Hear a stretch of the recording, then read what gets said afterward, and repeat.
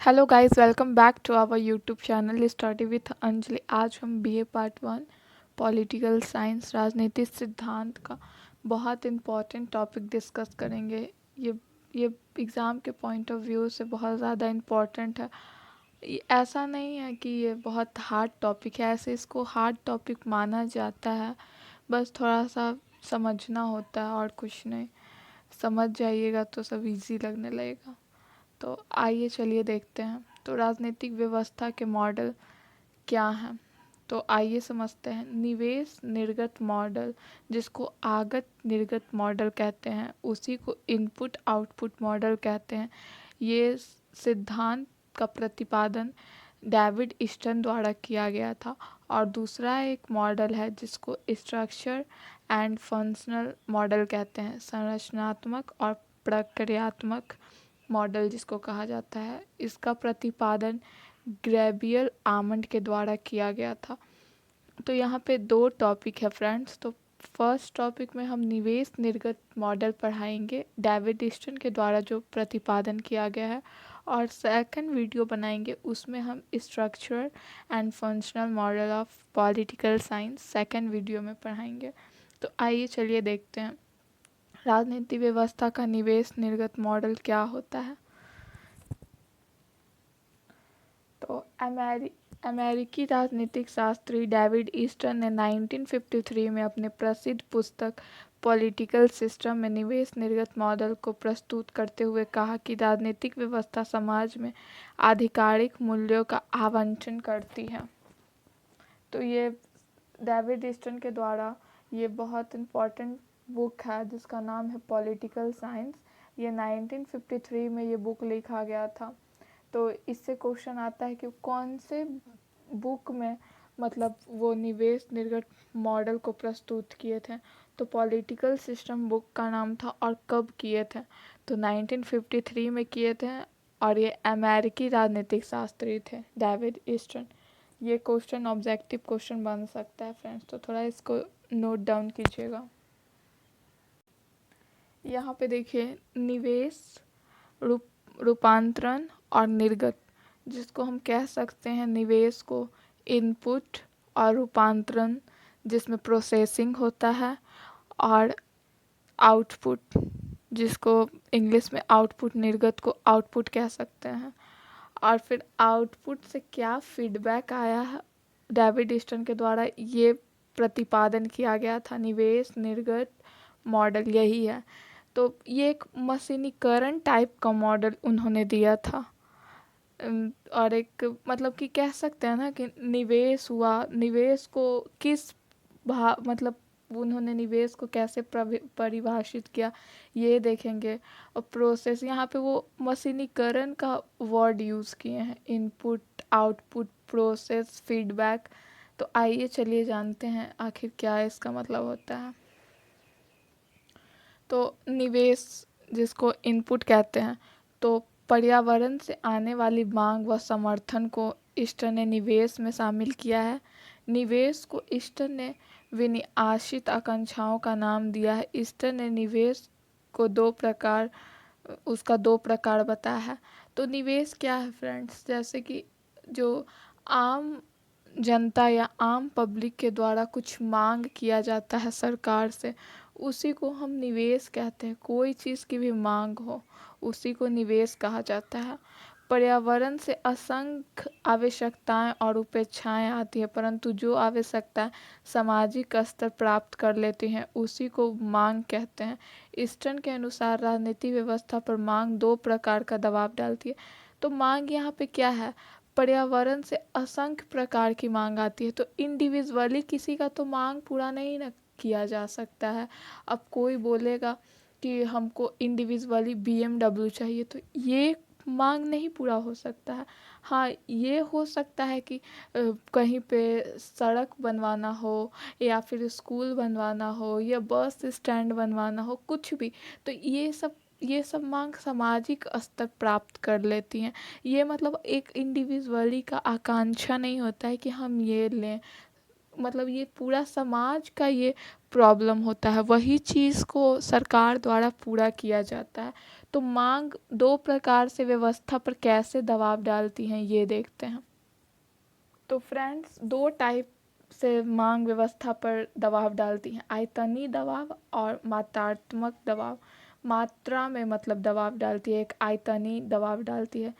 जब मांग व्यवस्था का जो होता है ना, मांग तो असंख्य होती है जैसे कि मैंने अभी बताया है, लेकिन वो दबाव किस प्रकार से डालती है। तो आयतनी दबाव किसे कहते हैं? जब मांग ज़्यादा हो और राजनीतिक व्यवस्था के पास संसाधन कम हो तब आयतनी दबाव पैदा होते हैं।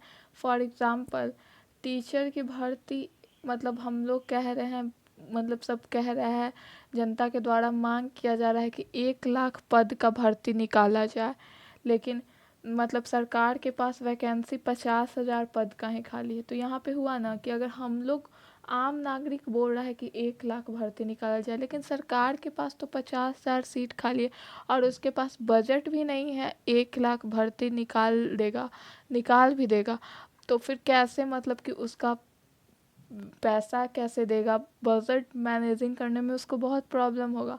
तो इसीलिए संसाधन कम रहता है और मांग ज़्यादा होती है, तब आयतनी दबाव पैदा होती है।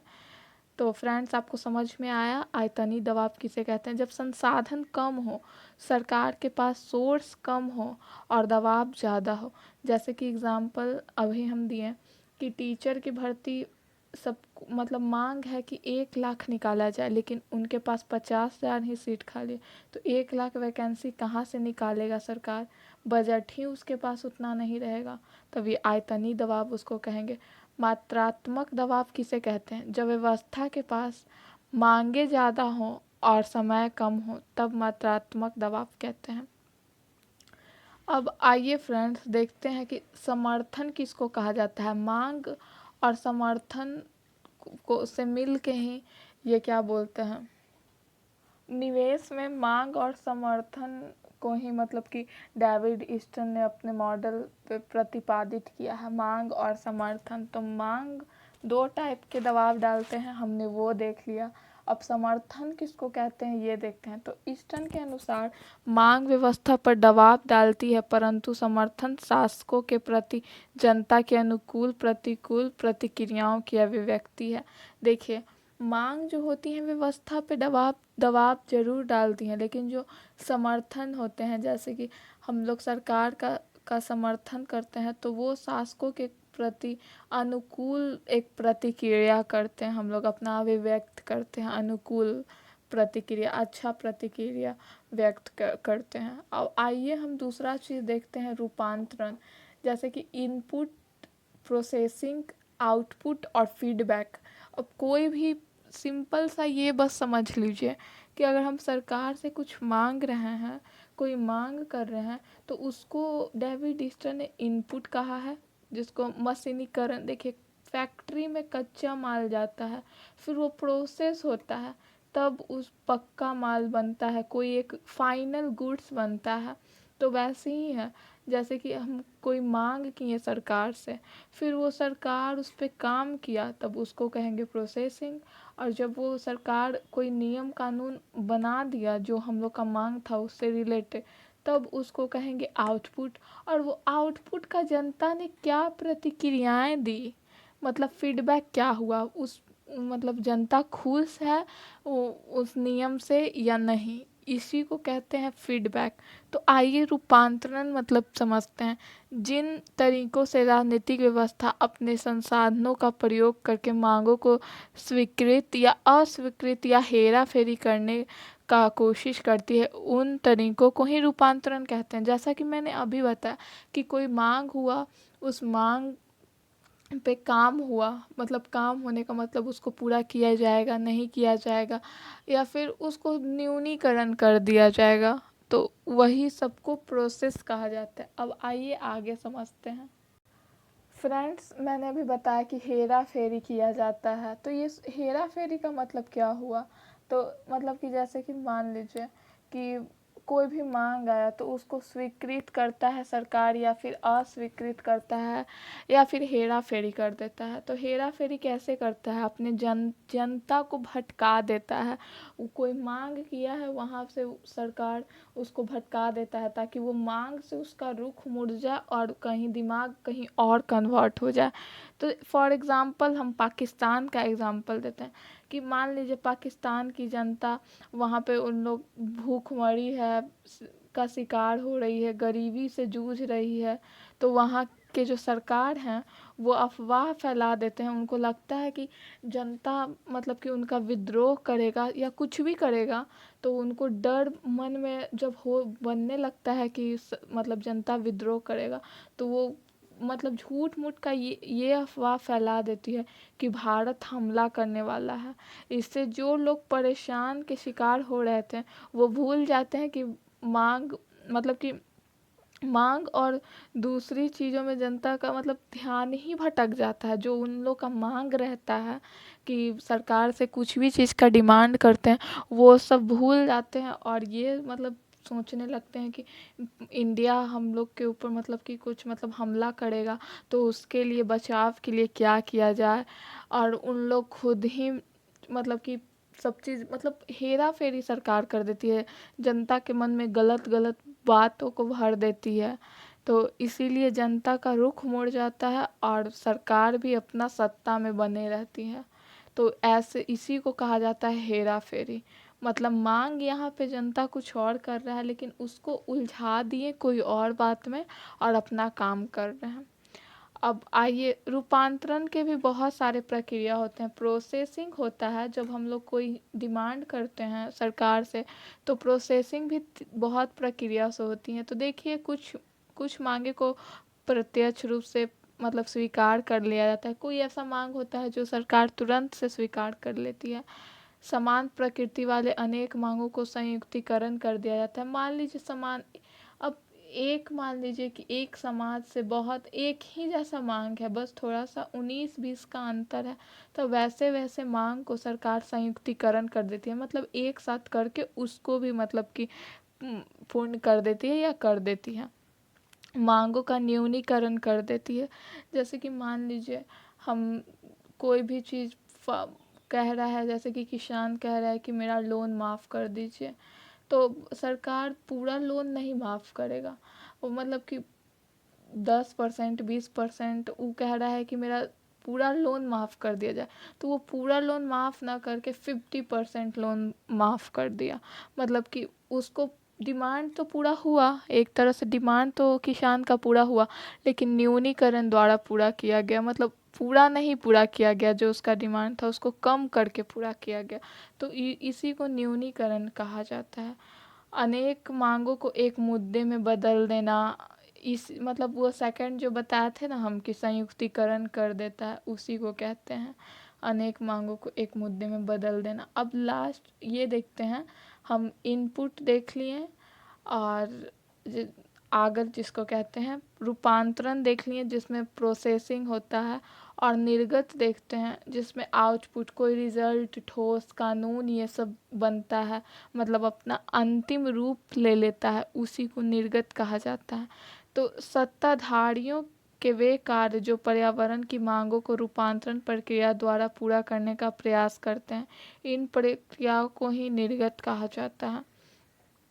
जैसा कि सत्ताधारियों के वे कार्य जो पर्यावरण की मांग को रूपांतरण मतलब प्रोसेसिंग के द्वारा पूरा कर दिया जाता है, कानून बनाना, नीति योजना कुछ भी बनाना, तो वो जो मेरा मांग था उसको प्रोसेस पहले उस पर काम हुआ, उसके बाद ना उसका रिजल्ट आया, किस प्रकार से कौन से ढंग से बन के वो आया है, सरकार मांग को पूरे तरीके से मतलब पूरा किया है या कुछ उसमें अपना नियम और जोड़ा है, तो इसी को कहते हैं निर्गत, जिसको आउटपुट कहते हैं। अब हम फीडबैक देखेंगे कि फीडबैक किसे कहते हैं। देखिए फ्रेंड्स, ईस्टन ने 2 प्रकार के निर्गत बताए हैं। निर्गत के भी उन्होंने 2 प्रकार बताए हैं, तो आइए देखते हैं। देखिए निर्गत भी 2 टाइप के होते हैं, आधिकारिक निर्गत और एक सह निर्गत। तो आधिकारिक निर्गत किसे कहते हैं? यह निर्गत बाध्यकारी होती हैं, जैसे संसद का कानून, न्याय का निर्णय, मंत्री परिषद का नियम। आधिकारिक निर्गत इसी को कहते हैं। निर्गत मतलब आउटपुट। और कोई सरकार कोई कानून बनाया है तो वो तो कोई कोई ऐसा कानून होता है जो बाध्यकारी होता है, उसको नहीं कीजिएगा तो उसके लिए दंड भी दिया जाता है। और सह निर्गत होता है जो निर्देशात्मक होता है, मतलब डायरेक्शन देता है। ये बाध्यकारी नहीं होता है, इसको उल्लंघन करने पर कोई तरह का दंड नहीं दिया जाता, मतलब इसको कीजिएगा तो आपकी ही भलाई होगी। इस टाइप के मतलब प्रावधान को हम सह निर्गत कहते हैं। और आधिकारिक निर्गत में दंड का प्रावधान होता है, उसको कंपलसरी करना है, मतलब करना है। और चलिए अब देखते हैं फीडबैक, जिसको प्रतिस्मरण कहते हैं।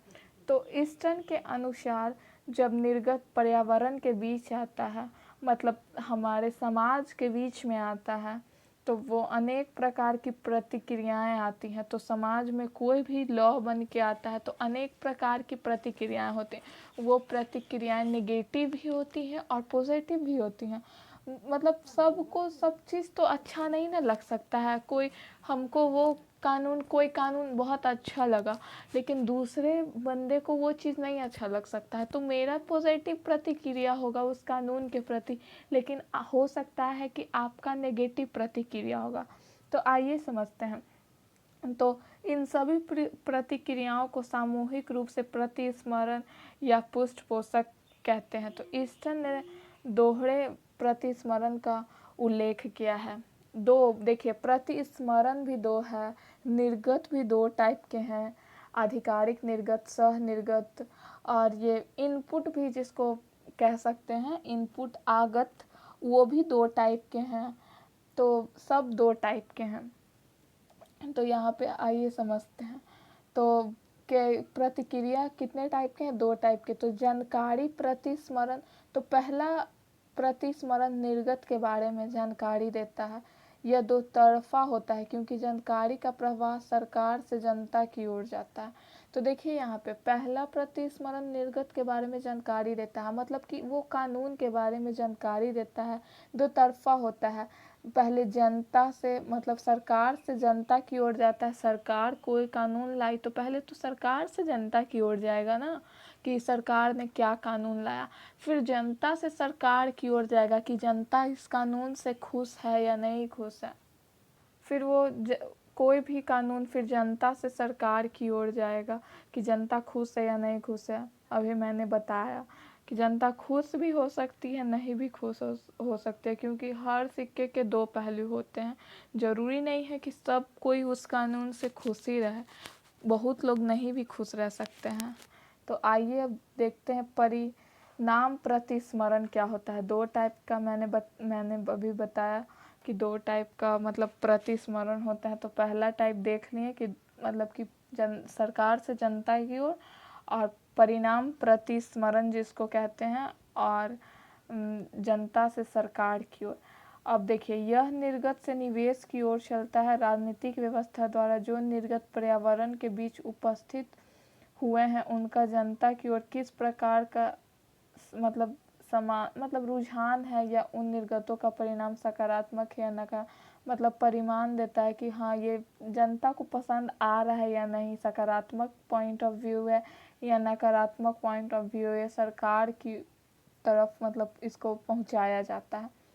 अब डेविड ईस्टर्न के अनुसार राजनीतिक व्यवस्था के कार्य क्या थे? तो चार कार्य तो हम लोग पढ़ ही चुके थे कि मांग का पहले चयन किया जाता है, और एक प्रकार का मांग होता है तो उसका संयुक्तिकरण कर दिया जाता है। फिर उसको रूपांतरण किया जाता है, प्रोसेसिंग किया जाता है, मतलब सरकार डिसाइड करती है कि करना है इस मतलब ये कानून कैसे बनाना है, किस टाइप से बनाना है। फिर उसके बाद वो कोई कानून बन के आता है। व्यवस्था अनुरक्षण कार्य होते हैं। राजनीतिक व्यवस्था द्वारा यदि मांग पूर्ण न हो तो तनाव पैदा होता है समाज में। इस तनाव और दबाव को एक करने के लिए, व्यवस्था को संकट से बचाने के लिए मांगों का न्यूनीकरण किया जाता है। जैसे कि मैंने बताया कि अब सरकार चार टाइप का तो वर्क करती ही है। पहले कोई जैसे कि समाज से कोई मांग हुआ, फिर उसके बाद पर्यावरण से कोई मांग गया, समाज या पर्यावरण एक ही चीज़ हो, कोई मांग गया, फिर उसके बाद दूसरा प्रोसेसिंग हुआ, तीसरा फिर क्या हुआ कि सरकार उस पर कोई नियम कानून लाया, फिर चौथा में फीडबैक हुआ कि क्या मतलब कि रुझान है नेगेटिव या पॉजिटिव, तो यही होता है। तो ये देखा जाता है कैसे सरकार कोई मांग का न्यूनीकरण करता है।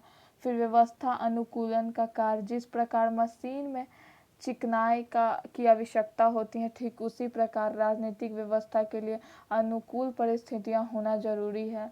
नेता मतलब व्यवस्था के खिलाफ नहीं होना चाहिए। राजनीति भर्ती, राजनीति विकास, आधुनिकीकरण, ये सब होना चाहिए। तो फ्रेंड्स, आपको कैसा लगा ये वीडियो कमेंट्स बॉक्स में बताइएगा। अगर कोई प्रॉब्लम होगा, कोई कुछ भी नहीं समझ में आ रहा होगा तो कमेंट बॉक्स में बताइएगा। नेक्स्ट वीडियो में हम मतलब प्रॉब्लम को सॉल्व करने का प्रयास करेंगे। Thanks for watching my video guys, thank you so much.